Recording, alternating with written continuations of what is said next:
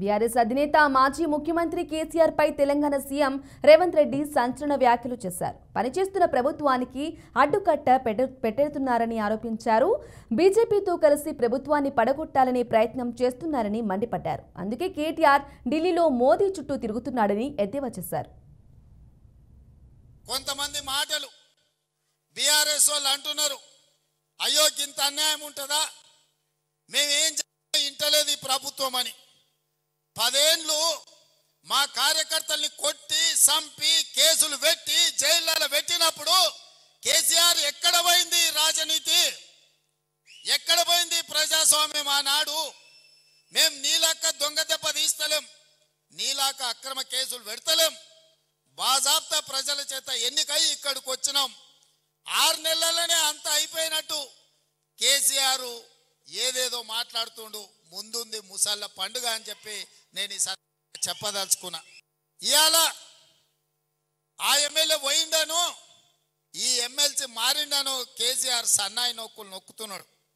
మరి ఇన్నాళ్ళు ఎక్కడ పోయినావు నాయన? మా ఎమ్మెల్యేలను గుంజుకున్నప్పుడు మా కార్యకర్తలు కష్టపడి గెలిపించి అసెంబ్లీకి పంపిస్తే అక్కడి నుంచి అక్కడనే గద్దలాక దండకపోయినప్పుడు ఈ దుఃఖం కనిపించలేదా?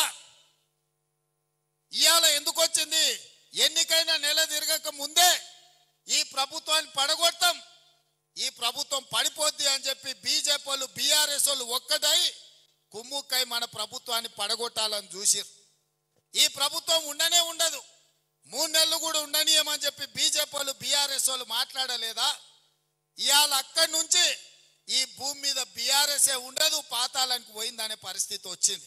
కాంగ్రెస్ పార్టీ కార్యకర్తలతో పెట్టుకుంటే నీ పార్టీకి పుట్టగతులు ఉండవని నేను ఆయల్లో చెప్పిన. మా కార్యకర్తలు ఉసురు తలిగింది కేసీఆర్, నీకు వాళ్ళ ఉసురు తలిగి దుమ్ము కొట్టుకపోతావు. నీకింక రాజకీయంగా మనుగడ లేదు.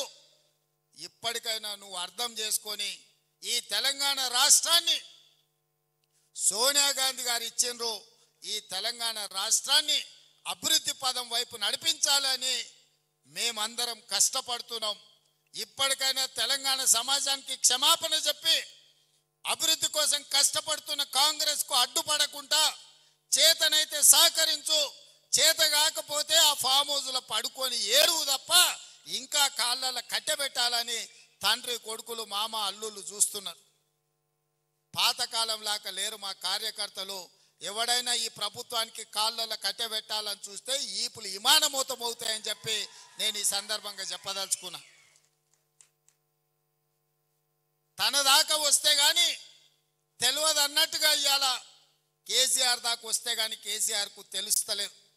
ఇవాళ ఢిల్లీకి పోయి 4 రోజుల నుంచి హరీష్ రావు కేటీఆర్ మోడీ చుట్టూతా పిల్లి తిరిగినట్టు తిరుగుతున్నారు.